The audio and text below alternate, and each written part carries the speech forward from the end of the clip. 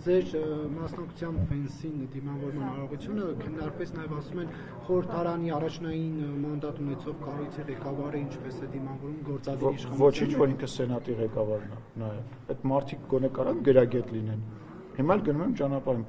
ԱՄՆ փոխնախագահը նաև սենատի ղեկավարն է։ Այսինքն ես սենատի ղեկավարով պետք է սենատի ղեկավարին դիմավորի։ Մենք սենատ չունենք։ Մեր պարլամենտ, այսինքն Մատվիենկոն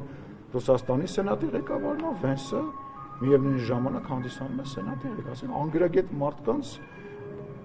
Ավինյանն էր այնտեղ քաղաքապետի ներկայությունը, որով նաև կրթության, գիտության նախարարներ, ինչպես նաև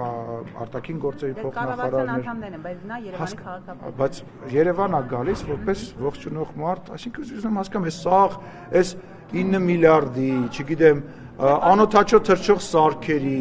խաղաղության, դրա կարևոր էր Ավինյանը, Ալենը ճիշտ արեցին, ավելի, ասենք, լուրջ եք համարում։